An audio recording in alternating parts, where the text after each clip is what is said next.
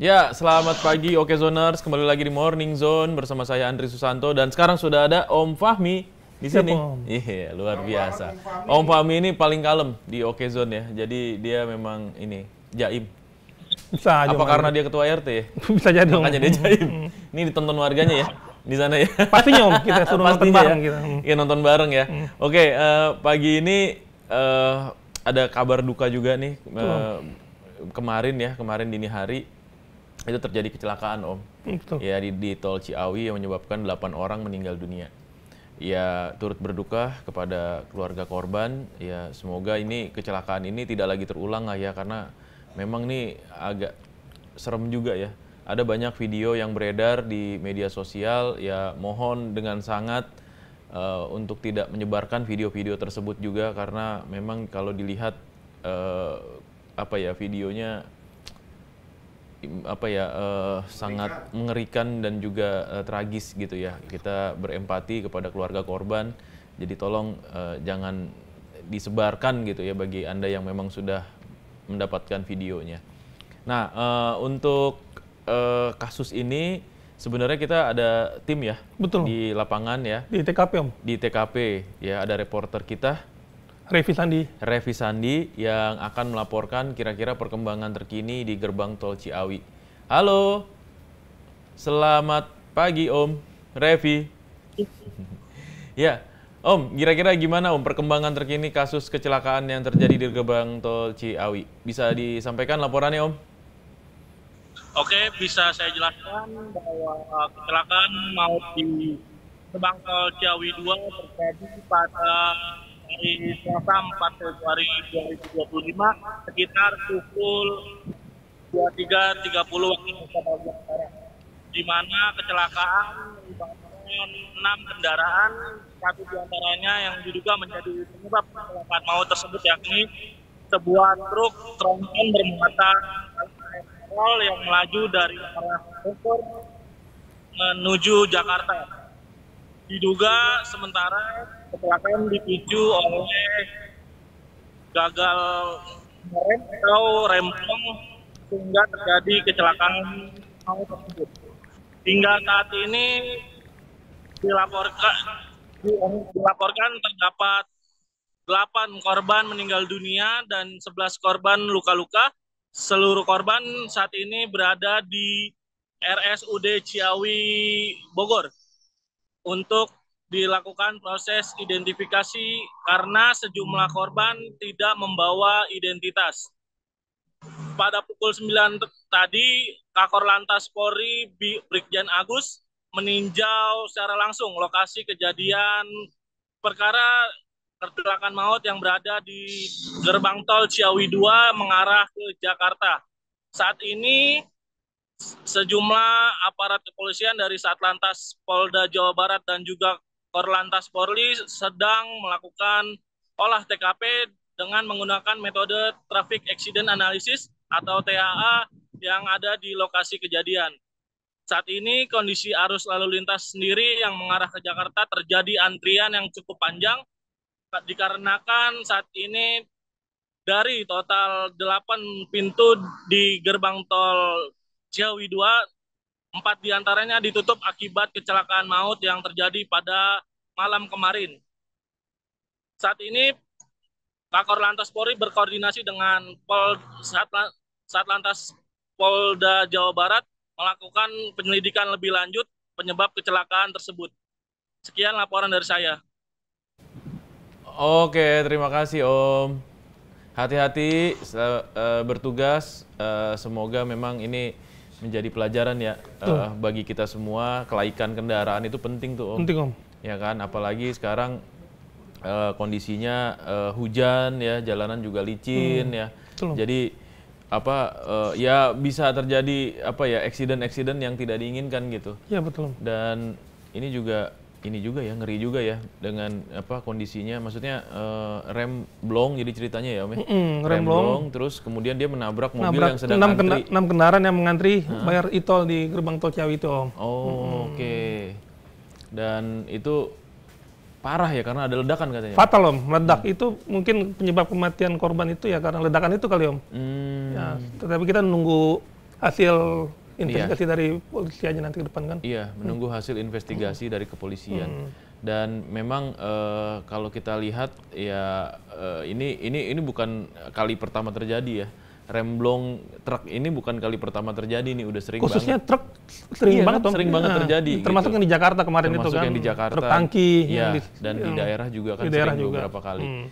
Nah, kita melihat bahwa memang harus hati-hati sekali ya bagi perusahaan juga yang memiliki truk angkut ya untuk terus mengecek kendaraannya, memeriksa kendaraannya layak jalan atau enggak tuh, Om. Ya uji kelayakan itu harus yang punya kebijakan Om, Dinas Perhubungan untuk ya, itu juga harus ketat memperketat ya. lagi uji kelayakan kendaraan itu Om, karena Iya, itu kan iya. menyangkut keselamatan Betul, penumpang atau betul, masyarakat kan.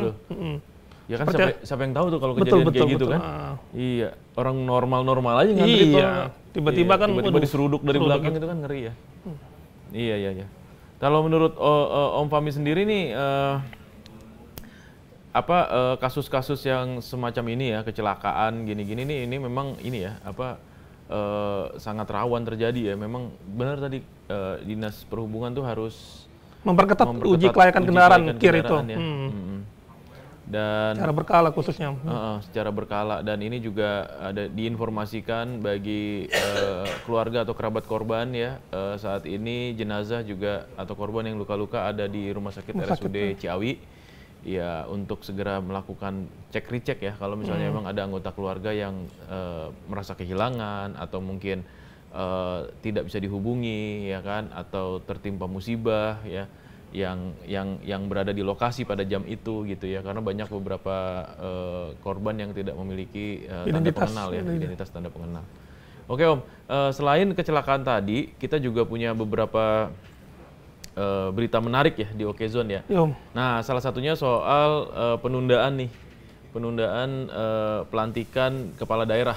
Betul Om. Nah, itu gimana tuh Om?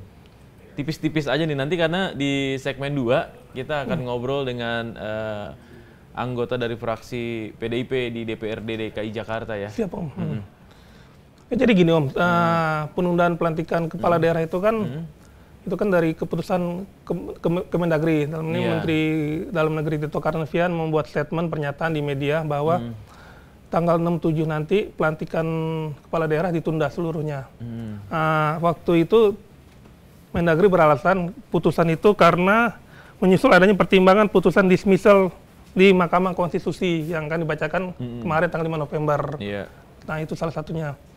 Dan setelah itu dipanggillah Mendagri ini ke Komisi 2 DPR terkait pembatalan pelantikan yang dijadwalkan tanggal 7 sampai 8 kan.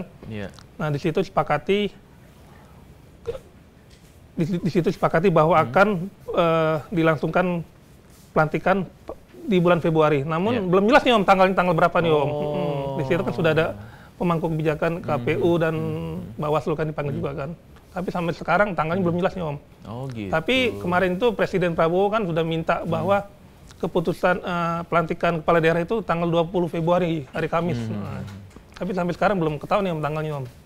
Masih dirumuskan. Ya mungkin nanti kita bisa tanyakan ya. Siap. Kira-kira kapan tuh tepatnya pelantikan kepala daerah akan dilakukan ya? Betul. Karena penundaan ini juga bakal banyak menghambat program kerja yang sudah dibuat di masa kampanye kemarin ya. Ya kan, apalagi sekarang kan masih masuk Jakarta, terutama memang ada tim transisi, cuman kan tidak akan maksimal ya ketika belum ada pelantikan. Ya karena kan PJ itu kan tidak mempunyai kewenangan yang lebih. Oke, kalau gitu, Okezoners, kita break dulu. Nanti kita akan ketemu lagi, ya kan, sesaat setelah jeda berikut ini. Tetap di Morning Zone. Ya, masih kembali lagi bersama saya Andri dan juga Om Fahmi di sini di Morning Zone. Okezoners, tadi kita sempat bahas tipis-tipis ya, Om ya, terkait soal ini penundaan pelantikan kepala daerah ya, gubernur dan wakil gubernur di Jakarta terutama nih. Nah, sekarang sudah bersama dengan kita dengan Zoom nih dengan Wakil Sekretaris Fraksi PDIP DPRD Jakarta, Bang Brandon Susanto. Halo Bang. Ya, selamat pagi. Pagi Halo, Bang. Selamat pagi. Lagi di jalan ini kayaknya nih. Iya, lagi di jalan nih. Waduh, mantap. Bang, izin minta waktu sebentar nih Bang ya. Kita mau ngobrol-ngobrol soal ini nih, penundaan pelantikan gubernur dan wakil gubernur di Jakarta nih Bang. Nah, ini gimana sih Bang ceritanya? Kenapa bisa ada penundaan? Jadi sebenarnya sudah ada schedule kan tanggal 6 dan 7 Februari Ya. sesuai dengan Perpres 80 tahun 2024 itu ditandatanganin waktu masih Presiden Joko Widodo ya tahun Iya. lalu bahwa semua hasil pilkada serentak akan dilantik itu tanggal 6 dan 7 Februari 2025 dengan 3 syarat. Yang pertama, tidak ada tuntutan MK. Kedua, tidak ada 2 putaran khusus buat Jakarta. Dan yang ketiga, tidak ada force major. Iya. Tiga-tiganya kan nggak ada. Iya. Jadi DPRD DKI, ya itu kan amanah Perpres ya. Hmm. Lalu kemudian ya tentu DPRD DKI mempersiapkan ke arah itu kan. Karena setelah di KPUD DKI ditetapkan, lalu kemudian di paripurna juga sudah diterima hasil KPUD, lalu kami menjadwalkan dalam rapat badan musyawarah jadwalnya. Nah itu tiba-tiba out of the sudden, ya tiba-tiba ada ada edaran, saya belum baca surat edarannya, katanya dari Mendagri bahwa itu ditunda. Iya. Saya bilang, loh, kok kenapa nggak ada penjelasan? Kan nggak bisa ya. Perpres Iya, Bang. ditunda oleh surat edaran menteri gitu. Tapi Kan Bang, nggak kalau bisa. izin Bang, saya potong Bang. Tapi kalau dari Mendagri Tito Karnavian, dia beralasan ditundanya pelantikan kepala daerah ini karena adanya keputusan muncul adanya pertimbangan keputusan dismisal dari Mahkamah Konstitusi nih Bang. Gimana Bang tanggapannya Bang? Itu emang termasuk force major. Ya itu tidak termasuk tiga itu kan Bang. Tapi tiba-tiba Ya udah makanya kita ya saya berargumentasi dari aspek legalitas aja. Makanya saya bilang sama anggota dewan yang lain ya bahwa kita harus bukan karena apa ya, bukan karena yang pengusung PDI Perjuangan, tetapi Jakarta ini harus segera memiliki gubernur dan wakil gubernur definitif. Itu kan pijakan yang sama Iya, dari betul. kita. Karena rakyat menunggu implementasi 91 triliun ini di tahun 2025 APBD itu bisa maksimal. Jadi alasannya jangan alasan administratif, tapi kita ada alasan yang lebih besar dari itu, yaitu alasan masyarakat Jakarta akan dirugikan dengan penundaan ini. Kita sama-sama tahu lah, kewenangan PJ gubernur itu di mana-mana ya terbatas pasti. Modal Pasti, sosialnya betul. sedikit, ya kan? Iya. Modal politiknya sedikit, modal sosialnya sedikit. Jadi seremonial kebanyakan ini nggak akan bisa membuat berjalannya program-program kerakyatan, pembangunan, sosial dan sebagainya. Iya. Harus ada gubernur yang definitif untuk menggas itu gitu. Nah ini Januari udah lewat, ya kan? Iya. Kita mau masuk Februari mau dilantik penundaan. masih belum jelas tanggalnya Bang. Iya. Masih belum ada hilalnya. Iya. Tapi kemarin itu Komisi 2 udah rapat Bang sama Mendagri, termasuk dari KPU, Bawaslu, diputuskan bulan Februari Bang. Tapi tanggalnya sendiri belum ditentukan Bang. Ya, kemarin ada gosip juga. Kemarin ada gosip juga di tanggal 18 sampai 20. antara tanggal 18 sampai 20 Februari. Nah, itu gimana, Bang? Ya menurut saya substansinya apa dulu kan? Kan ada gini ya, saya terbiasa tertib pada aturan. Perpres itu dibuat tahun lalu untuk kita jalankan di tahun ini, kan begitu. Betul. Itulah pegangan aspek legalitas yang kita miliki dalam bertindakan gitu payung hukumnya. Nah, kalau tiba-tiba semuanya mengambil interpretasi masing-masing, ya kalau kayak sepak bola ini dari sepak bola nasional turun ke Tarkam nih. Ya kan gitu. Ini antar kampung atau bagaimana kan begitu. Kan ada aturannya. Gitu. Aturan yang disepakati semua loh. Iya. Sebelum permainan dimulai kan begitu. Sehingga masyarakat jangan dirugikan kan begitu ada perpresnya. Kalau saya sih balikin lagi ke situ lah. Iya, iya. Nah, kalau dari PDIP sendiri seperti apa, Bang? Sama Responnya ya, dan terus kemudian strateginya kira-kira nih terkait soal ini. Khususnya Iya. Bang Anung sekarang kan Iya. Pramono Anung kan udah diganti namanya nih. Kalau kemarin kan dapat dari gelar kehormatan Betawi dari Iya, Majelis iya, Kehormatan Betawi. Bang Anung nama sekarang Bang. Nah Bang itu Anung gimana ya? tanggapannya Bang dari Bang Anung sendiri Bang? Iya. Nggak, langkah yang diambil PDIP, Bang, kira-kira Bang terkait soal ini kan tidak ada kejelasan ini jadinya nih. Tadi dulu yang lucu yang soal nama nih. Oh, Kalau lama saya dulu. sih namanya kan udah kejawa-jawaan namanya. Dan Ya. Mas Pramono ini kan Mas Pram udah orang udah tertanam lah. Kalau ada gelar ya nggak apa-apa. Kan itu Bang Poke yang ngasih ya. Kalau Bang Iya Poke betul Iya. kan Bang, Majelis Kaum Betawi Bang. Iya, itu sebagai apresiasi lah. Tapi kayaknya lebih pas Mas Pram deh.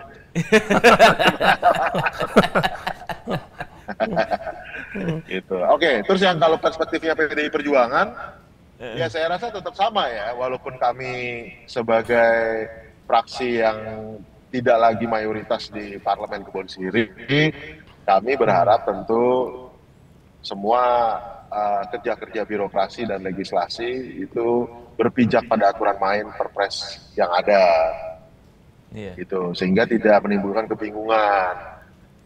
Ya, kalau rapat itu ada topik utamanya lah, ada groundnya. Jangan kalau ini bagaimana, kalau ini bagaimana, kalau ini ya, kalau semuanya dibahas, kalau bisa tahun lalu dong bahasnya. Jangan ini udah mau dilaksanakan, ya kan? Udah mau Indonesia Raya loh, misalnya. Iya. Baru ini siapa yang meningkat cipta, siapa yang baca Pancasila, kan repot nih kalau kayak gini. Upacara ya kenegaraan dibuat diskusi di tengah-tengah sudah mau go on ya. Buat saya sih gitu ya, fraksi PDI Perjuangan sih menyesalkan lah kalau sampai harus ditunda dengan tanpa mengindahkan 3 poin dari Perpres 2024 kemarin. Siap. Bang, kalau ini sendiri nih, kalau dari fraksi PDIP sendiri, kira-kira ada apa ya lobby-lobby politika terkait soal ini, Bang? Oh pasti dong. Dari awal kita bukan hanya ini ya, kita kan dari awal sudah berusaha, kami 15 orang dari 106, ya berarti kita yang harus kerja lebih keras untuk meyakinkan teman-teman bahwa programnya Mas Pram dan Bang Dul ini untuk masyarakat Jakarta tanpa mengenal sekat-sekat partai politik yang ada gitu ya, pengusung maupun pendukung. Jadi yang dikerjakan itu adalah PDI Perjuangan, fraksinya di Parlemen Kebon Sirih ini menjadi juru bicara sekaligus yang menjadi apa ya, lem perkat lah untuk semua kepentingan yang ada bagi rakyat Jakarta, sehingga tidak ada tuduhan miring misalnya ini hanya untuk kepentingan partai politik tertentu, nggak ada ya, kan kita transparan, kita buka, ini semuanya demi rakyat Jakarta. Nah itu tugas kami sedari awal sebelum terjadi huru-hara yang terkait ini ya, pelantikannya ya jadi. Tapi memang benar-benar belum ada hilalnya nih, Bang? Belum ada Ya, prediksi-prediksi kapan gitu kira-kira? Ya ada apa ya, ya itu tadi pembicaraan-pembicaraan 18-20 dan lain sebagainya. Ya tapi kita jangan berpijak sama yang nggak jelas, nanti tambah nggak jelas nih. Iya. Ya, kalau saya sih yang pasti-pasti aja lah gitu. Iya. Kalau bisa secepatnya gitu ya, Bang ya. Kalau bisa secepatnya. Sesuai dengan peraturan ya. Karena ada urgensi apa untuk dirubah, kan harus ada sesuatu yang masuk akal ya. Iya. Karena ini kan manajemen kenegaraan. Bang, kalau 100 hari nanti kira-kira nih, Mas Pram berarti kita manggilnya ya, bukan Bang Anung ya. Mas Pram ya. Sama Bang Dul nih, gitu. Bang Dul. Nah, kira-kira 100 hari ini apa langkah strategis yang akan dibuat atau dikerjakan oleh Jakarta gitu? Untuk Jakarta maksudnya? Ya yang pasti saya rasa sudah dibentuk tim transisi. Iya. Mungkin itu yang akan banyak mengerjakan detail-detail 100 hari mau ngapain, dan tentu saja setelah 100 hari ya. Tapi kalau yang dari sikap pribadinya Mas Pram dan Bang Dul kan setelah dilantik dia akan langsung turun ke masyarakat untuk kembali mengurai janji-janji kampanye yang sempat diungkapkan pada saat 3 bulan mereka berkampanye. Nah ini yang mungkin akan menjadi penyelesaian utama ketika mereka keliling, karena pada saat kampanye tentu tim pengarah sudah memberitahu kan, Pak ini ke lokasi ini karena problemnya nggak selesai-selesai, atau ini lokasi ini untuk berkampanye, jadi bukan untuk menarik suara aja pada saat kampanye, tapi beliau betul-betul mempelajari belanja masalah di titik-titik yang nanti kalau beliau jadi gubernur bisa menyelesaikan permasalahan itu dengan segera. Jadi saya rasa dua hal itu ya yang sudah dikerjakan oleh Mas Pram. Yang pertama membentuk tim transisi, karena itu hubungannya dengan pemerintah daerah, birokrasi dan jajarannya, supaya nggak kaget. Yang kedua, Mas Pram udah bilang bahwa dia akan kembali ke tempat-tempat titik kampanye yang pernah didatengin untuk kembali mengurai permasalahan di sana. Bang, kalau 7 staf khusus yang akan dipilih oleh Mas Pram sendiri siapa Bang? Sudah ada nama-namanya Bang? Atau Abang udah ada bocorannya Bang? Apakah ada kejutan nih Bang, 7 orang ini Bang, sosok ini Bang? Karena kan menarik Bang, sebelumnya kan Mas Pram udah komunikasi dengan Anies sama Ahok nih Bang. Nah, oh ya pasti dong. Beliau kan tidak ada berkali-kali mengedepankan itu ya. Iya. Nah ini terkait yang terkait pergeseran ya. Saya lihat Mas Pram agak berbeda dalam menyikapinya ya. Beliau lebih santai. Dia kan selalu bilang pemerintah daerah akan tunduk pada semua keputusan pemerintah pusat ya, dengan Mendagri gitu ya. Walaupun beliau pernah di jajaran kementerian juga kan, tapi beliau tahu aturan gitu. Tapi kan fraksi PDI Perjuangan gerah kan, nah, kita yang bersuara gitu terhadap pergeseran waktu pelantikan ini. Tapi kalau Mas Pram kan pendekatannya beda ya. Ini saya cuma highlight bahwa memang figurnya beda gitu. Kita nggak bisa samakan. Tapi PDI Perjuangan untuk urusan yang sangat substansi ya kita pasti akan bersuara walaupun Mas Pram nggak minta ya. Gitu. Nah kemudian untuk yang 7 orang saya nggak rasa nggak elok ya kalau diumumkan. Tapi saya yakin pasti waktunya akan diumumkan lah. Dan dia kan menjalin komunikasi berkali-kali udah bilang saya kan nggak ada masalah. Termasuk pada saya juga ya, Mas Brando nggak ada masalah. Dari mulai Pak Foke, Bang Yos, kemudian Pak Anies, Mas Jarod, Pak Ahok, ya kan. Bahkan sampai Pak Jokowi pun sebagai mantan gubernur, ya beliau berkomunikasi dengan sangat lancar dan meminta saran pertimbangan ya. Termasuk akhirnya apakah perlu membentuk TGUPP atau cukup staf khusus. Gitu. Bang, kalau di tempat Abang ini gimana Bang? Konstituen Bang pada masih ngeluh tentang gas LPG nggak nih Bang? Kan sebelumnya kan Pak Prabowo kan sudah menginstruksikan nih Bang. Pengecer tuh suruh itu nagihkan gas LPG Bang. Ya, Jakarta makanya kan sempat langka nih Bang, ya kan? Saya sampaikan juga kepada abang saya, Bang Menteri Bahlil, ya kan Menteri SDM. Memang Dirjen Migas itu kadang-kadang memberi masukan yang tepat secara administratif, tapi belum tentu marketnya bisa seperti yang dianalisis, begitu kan? Saya bisa memahami lah dengan keluarnya instruksi Presiden nomor 1 tahun 2025 bahwa penghematan harus terjadi di mana-mana karena kita perlu pengefisiensian dan lain sebagainya. Maka semangatnya Presiden Prabowo Subianto ini adalah bagaimana menjalankan program efisiensi, efektivitas, kan begitu ya, dalam birokrasi. Tapi ketika itu diterjemahkan lalu di level menteri, di level dirjen, di level direktur, semuanya mengambil gerakan-gerakan tambahan yang justru bertentangan dengan apa yang menjadi dasar pemikirannya Presiden Prabowo, ya tentu harus kita koreksi dong. Biar bagaimanapun masyarakat jangan sampai tidak terlindungi, kan begitu. Nah, mengenai SDM ini kan mengambil keputusannya terlalu mendadak, dirjennya. Nah, mengambil keputusan sudah tidak boleh lagi pengecer supaya penyimpangan tidak terlalu banyak. Ya, membatasi dan lain sebagainya, dikembalikanlah kepada pangkalan. Ke penyalur gitu kan. Nah, padahal Dirjen SDM ini lupa bahwa pangkalan itu berada di titik-titik yang bisa dijangkau oleh truk LPG. Ya. Maka posisinya dia kalau truk yang masuk berarti posisinya ada di minimal jalan provinsi. Betul kan? Nah, berarti kan lokasinya besar, di jalan besar. Nah, kalau lihat tabungnya di situ sudah ditulis untuk rakyat miskin. Nah, apa rakyat miskin tinggal di jalan provinsi? Kan enggak. Pasti di gang-gang kecil. Nah, oleh karena itu makanya mereka sulit mendapatkan di jalan besar. kalau warungnya ditutup. Ya kan begitu. Mereka Iya. harus jalan ke depan. Nah, ini problemnya nggak dipikirin.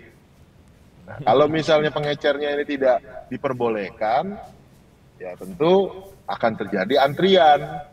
Iya. Kedua, warung itu menjual segala macam, Mas Andre, dengan segala macam barang-barang, sehingga mereka biasa berjualan lebih dari 12 jam. Iya. Ya toh. Nah, sementara agen LPG kan cuma pangkalannya itu kan cuma jualan LPG. Betul. Kalau habis ya dia tutup. Iya, dan nggak sampai Jadi malam dia itu, tidak Bang. dan nggak akan sampai malam. Nah, terus kalau orang tiba-tiba malam perlu gas habis gimana? Masa mesti ke SPBU lebih jauh lagi? Iya, betul. Ya kan? Nah, Iya. ini nggak dipikirin. Nah, menurut saya dengan segala hormat Pak Dirjen ESDM, tolonglah. Karena kalau orang tanya saya, kalau pengurangan kok bisa terjadi kekeosan ya, Mas Brando? Saya jawab gini aja, Mbak, Mas, tahun 2024 itu tahun politik. Ya, semua hingar-bingar ada di sana. Orang semua pasti konsumsi meningkat, ada kampanye dan lain-lain ya. Dari Januari sampai Desember, Mas pernah dengar kelangkaan LPG nggak? Belum ada, Bang. Nggak ada. Belum ada. Lah ini kenapa tiba-tiba out of the sudden Januari 2025 kok terjadi kelangkaan? Berarti kan kalau ditanya manajemen yang kemarin jauh lebih baik daripada keputusan Januari, kan begitu.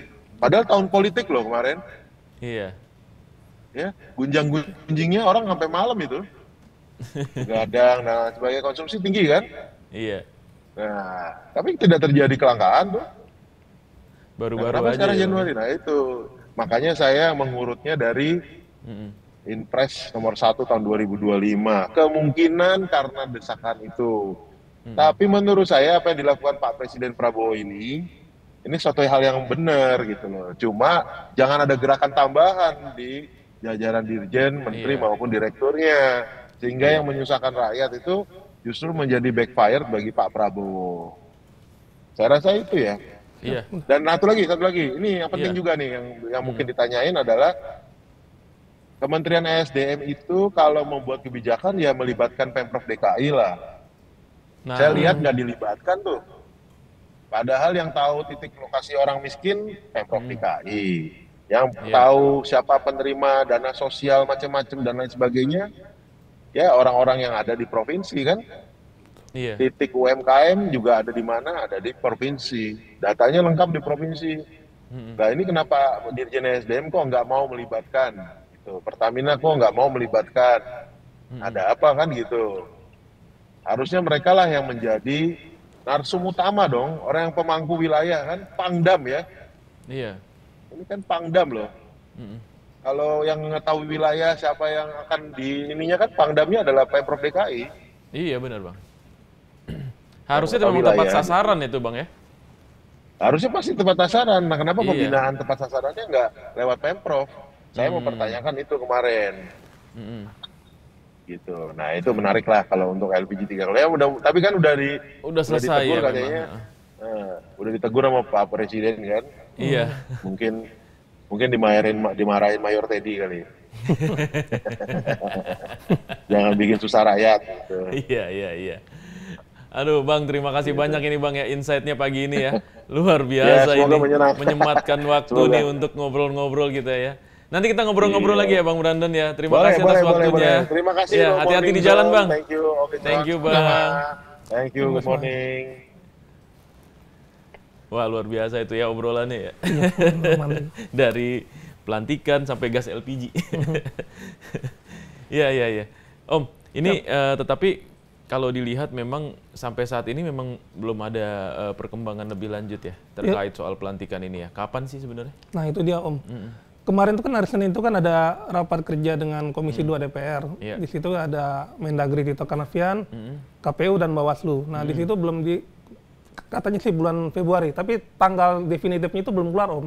Oh. Tapi sebelum kan statement Pak Mendagri kan bilang bahwa Prabowo tuh pengen minta pelantikan kepala daerah serempak di Jakarta tanggal 20 Februari Om. Oh. Tapi sampai sekarang belum ada keputusannya.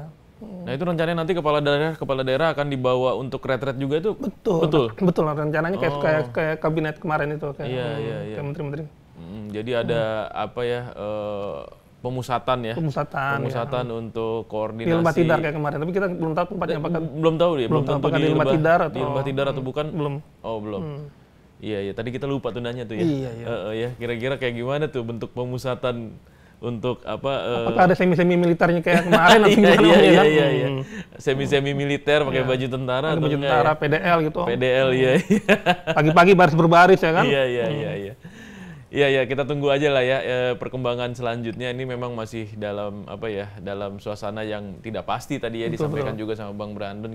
Kita juga belum tahu kapan pastinya, tapi yang pasti daerah-daerah terutama Jakarta ini butuh bergerak cepat nih, Om. Butuh pemimpin, Om. Butuh pemimpin yang bisa benar-benar menjalankan visi misinya, ya kan. Terus kemudian agenda-agenda kerjanya, janji-janji kampanyenya supaya bisa benar-benar jalan gitu.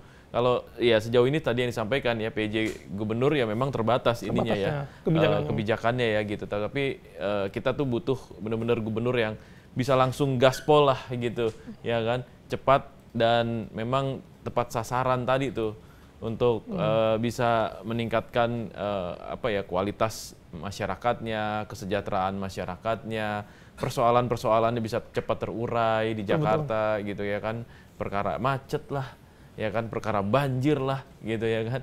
Itu kan yang jadi problematika yang rutin tuh, Om. Tiap tahun, Om. Tiap tahun terulang gitu kembali, ya kan, terulang kembali ya kan, udara polusi lah ya kan, yang memang itu benar-benar harus segera dituntaskan dan ada kebijakan-kebijakan yang harusnya lebih progresif lagi gitu ya. Termasuk jelang Ramadan ini, Om. Iya betul, jelang Apakah Ramadan. mau diterapkan work from home atau gimana kan? Nah, itu yang menarik tuh. Iya.